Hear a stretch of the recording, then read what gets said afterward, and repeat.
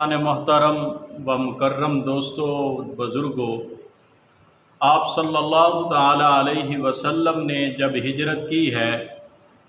یعنی آپ صلی اللہ تعالی علیہ وسلم مکہ سے مدینہ پہنچے ہیں، ریاست مدینہ کا قیام ہوا ہے،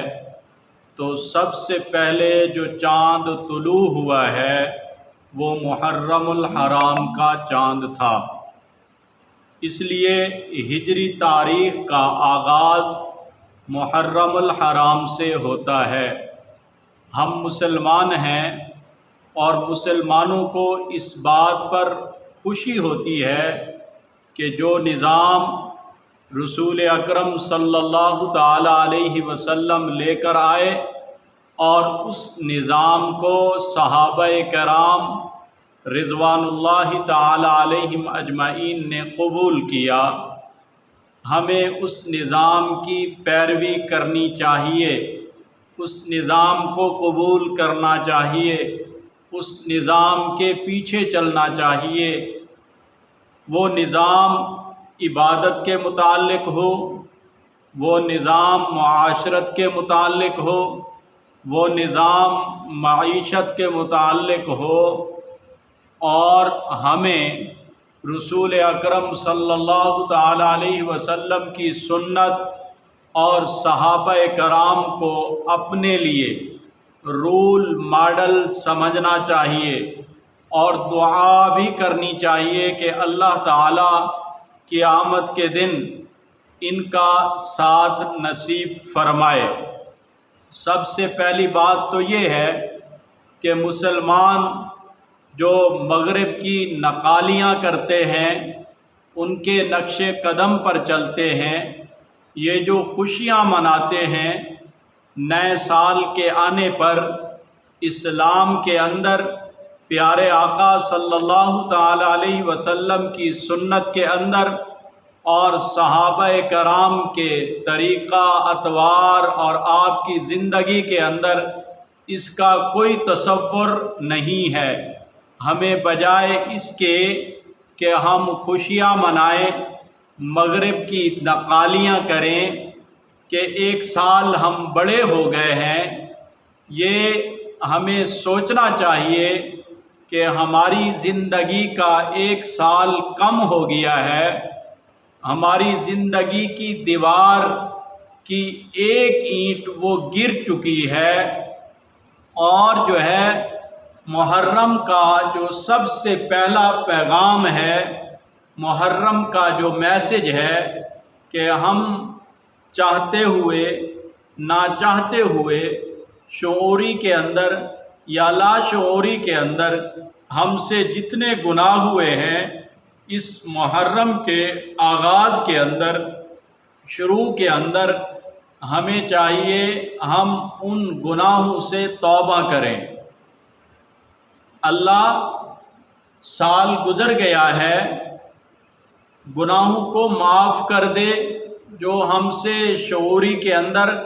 لاشعوری کے اندر چاہتے ہوئے نہ چاہتے ہوئے ہم سے گناہ ہوئے ہیں، اللہ تعالیٰ سے معافی مانگنی چاہیے، یا اللہ ہمارے ان گناہوں کو معاف فرما، اور توبہ کر کے نئی زندگی کا آغاز کرنا چاہیے۔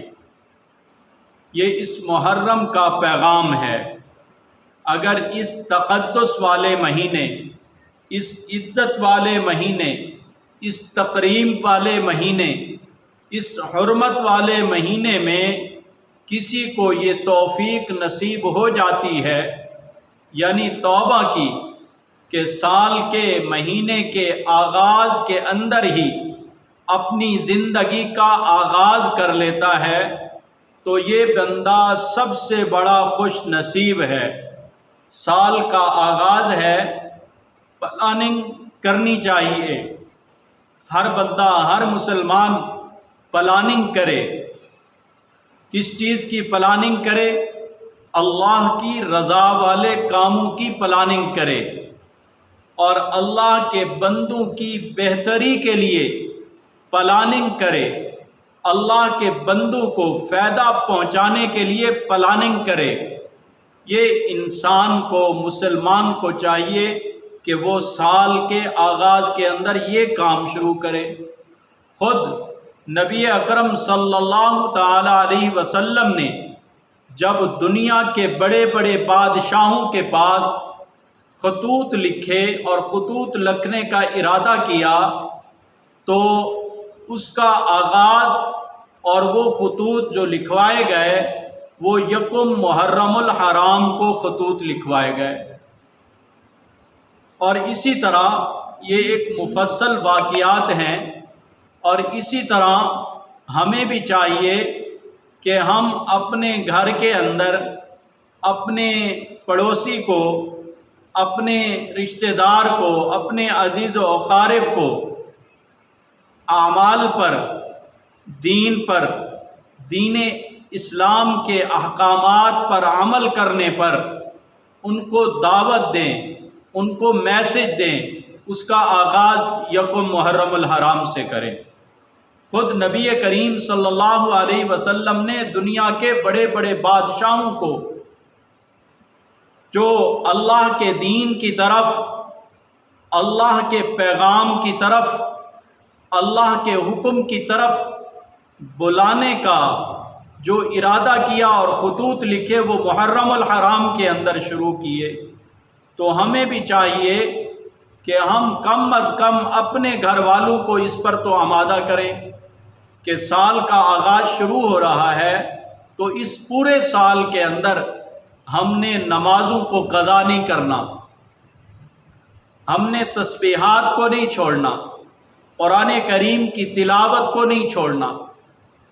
اور اسی طرح نیک اعمال کرنے ہیں، صدقہ اور خیرات کرنی ہے، اور دیگر جو نیک اعمال قرآن و سنت سے ثابت ہیں ان کو اپنانے کی کوشش کرنی ہے۔ اس چیز کی پلاننگ ہونی چاہیے۔ ہاں، یہ نبی کریم صلی اللہ علیہ وسلم کی سنت ہے کہ اپنے رشتہ داروں کو بلا کر، اپنے پاس بٹھا کر،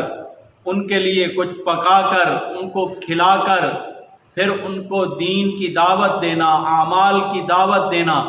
اور ان کو نیک کاموں کی طرف راغب کرنا، یہ خود نبی کریم صلی اللہ علیہ وسلم کی سنت ہے۔ اس کو اپنانا چاہیے۔ اللہ تعالیٰ سے دعا ہے اللہ ہم سب کو عمل کرنے کی توفیق عطا فرمائے، اور مغرب کی تہذیب پر، مغرب کے نقش قدم پر،